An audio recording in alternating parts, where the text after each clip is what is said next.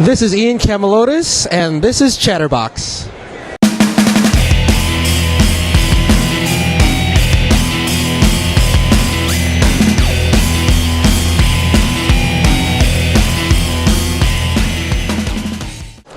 Well, I'm here at CEN today on day 3, and I'm here with Eric Maruscak from Pepper Inc., and he's just finished up his piece for this year. So could you tell us a little bit more about Blood Lad? Sure. This is the chalk art you see behind me is 9 feet wide by 13.5 feet tall.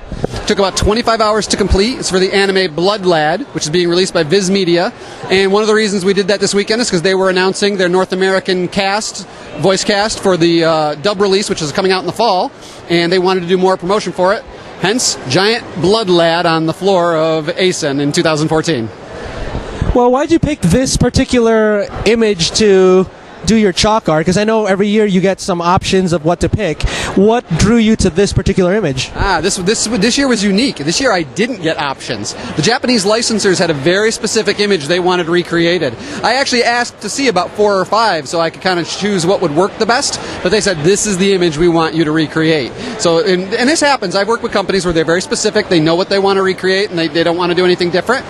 So we went ahead and did it. I was a little nervous because, as you can see, there's lots of flat yellow, lots of flat white, and I didn't know how it would look in the chalk, but I said, we're going to make it look cool. So I did my usual 25 hours of work, and what you see behind me, it turned out, I think, really neat. It's very bold looking, so I like it. I like it. You've got a lot of the light colors, and you still have a lot of the black background with the design in there. So you've done a few over the years. What conventions do you go to normally? I hit up a bunch. This is my 3rd year at Anime Central, and this is becoming a regular for me. I love this show. I love coming back. In terms of anime shows, I also do Otakon a lot in Baltimore. I hit a lot of comic book conventions from places like, I just did the Long Beach Comic-Con for the first time last year. I do some of the New York shows like New York Comic-Con, or I'm hoping maybe to do their special edition, but it's getting kind of close to that show, so I don't think it's going to happen. I also do video game shows. I've done Penny Arcade Expo several times, and I do some even trade shows. I do the New York Toy Fair just back in February doing pieces for them. So it ranges. I hit up a lot of things during the course of a year. So what drew you to chalk art? Because this is a very unique art. Not too many people do it. And especially having this as a profession that people draw you to do, what brought you to chalk art as opposed to, let's say, ink art or even digital art? Right. Well, I do traditional pencil, pen and ink. I do digital and all that. But about 10, 11 years ago, I was asked to do chalk art at an outdoor street festival near my hometown, and I really loved it. I loved the act of performance. I love this aspect, that everyone sees you making the art while you're doing it. So I said, okay, I think I want to do this more, but I want to start doing comic book art because I thought comic books were an underrated medium at the time. So I started taking the artists I like and the images they did and the iconic characters like Batman, Superman, Spider-Man, and doing them gigantic on pavement at art festivals. Well, those pictures got seen by directors of comic conventions, and they said, that's really neat. You think you could perform one of these at a show? I said, let's do it. And so the first time I ever did a show was actually 8 years ago at this convention hall, but outdoors in front. It was for the 10th anniversary of Wizard World, and I did a piece out in the front on the pavement. And that was the first time I ever did a convention. So coming back to the Rosemont here, to the Donald D. Stevens Convention Center is always like a homecoming for me because it was the first place I ever did a convention.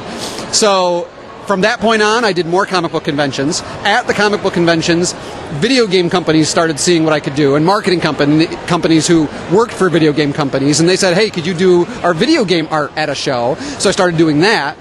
At those shows, there were anime companies and groups that were distributing, like Nintendo and stuff that had kind of the crossover. They had the anime style and the video game look, and they said, can you do stuff for us? And then the anime company said, can you do stuff? And it kind of just has been going from there. So now I do... My niche is kind of all pop culture in general, from comic books, anime, video games, and even a little bit of horror. I'm hoping to get into more horror conventions because I just imagine the amazing imagery we could do for like a giant Walking Dead or something like that. So that's the next thing I'm trying to do, and I'm really hoping it happens. Even Nightmare on Elm Street, too. A big giant Freddy, like flames coming off of him with the claws. It would be incredible. I would love it. But it's tough because if a show hasn't seen it in person and seen the kind of response it gets, they don't really understand it. They're like, well, you're drawing and people watch. I'm like, you got it. you got to see at the end the people who are, taking pictures and blogging about it and the interviews and things like that. And once they realize how much attention their licensed property can get, then I think they understand it and they start, having me do more stuff. So. Now, for those who weren't able to see you at all perform during the weekend, how would anyone see, is there any chance for anyone to see any of that performance at all? Yes, I record a time-lapse video of the entire piece. So all weekend long, my camera has been running, shooting a shot about every 30 seconds. When all's said and done, I have over 5,000 photos that I stitched together, and it makes about a 4.5-minute time-lapse video. Shows the entire process from start to finish, and it gets done about a week or so after the show. Most of the times I put them right on my YouTube channel, which is Pepper Inc., you can go to my my blog, which is pepperinc.com, and it links to my YouTube channel, and I put the videos right on there. I put them on Facebook. I share them all over. But this one might be a little unique because Viz and the actual Japanese licensors of Blood Lad have asked if that video can be on this DVD release that they've been announcing this weekend that's coming out in the fall. So I have to do a really quick turnaround and get them the video by the end of next week, and if it's approved, they're going to put it on the DVD as a bonus feature. It'll be on the DVD in the box set. So I'm hoping that works out. If it does, I don't know if that means I cannot share it publicly on YouTube. I'm hoping they have no problem with it because a lot of DVDs put their bonus content out online for people to experience to kind of entice them to get the DVD. So I'm still hoping they'll let me share it. So if you watch week and a half and you go looking on YouTube or my site, hopefully you'll see the time-lapse video that shows the entire process. Well, hopefully we can see it too. So what are your favorite pieces that you've done? And to even extend it even further, I know you also, since you're doing all the time-lapses, what was your favorite time-lapse video that you've done? The favorite piece I always tell people was back from 2008. It was a New York Comic-Con, and it was an Alex Ross painting of a redesign of Captain America when he had kind of a chrome upper body. And it's just a portrait piece, but it just, to me, that was one of the first ones I ever did where I thought I nailed it. It looks just like the original artist's work, or as close as I could get. And I really thought that was fantastic. So that one holds a special place in my heart. But that being said, I've done a piece for Nintendo, for Zelda, that I thought was beautiful. And the video, the time-lapse of it, I was able to actually use the Ocarina of Time music from the game to kind of use in the video. And when you see it all together, it's very nostalgic. It's really cool. But one of my favorite time-lapses ever was actually from Anime Central. The first one I ever did here was a piece for Madoka Magica. And that time-lapse, I got to use the theme music from the show, which is very upbeat, very fast. And for some reason, the brightness colors of the piece I did, the angles that I filmed, and the final edited video just synced up so nicely with the music.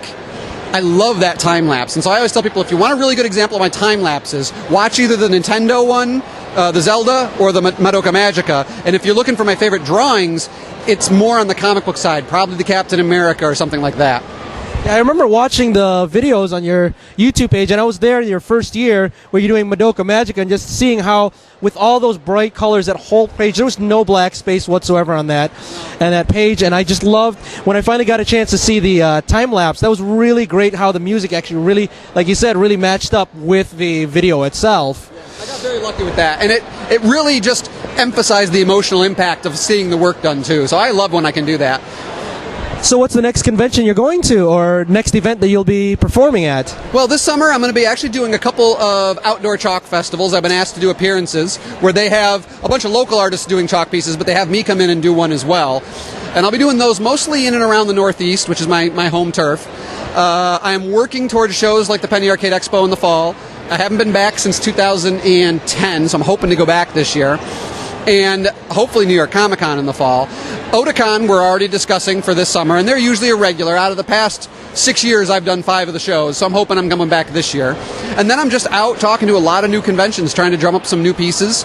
I get a lot of interest from marketing companies that want me to come and do something for an event or a business opening. So we'll see if those happen, but those usually aren't so public. They're more performance aspect for corporations and things, and then the video, if I eventually do the work, the time-lapse videos will be the way people will see those in public.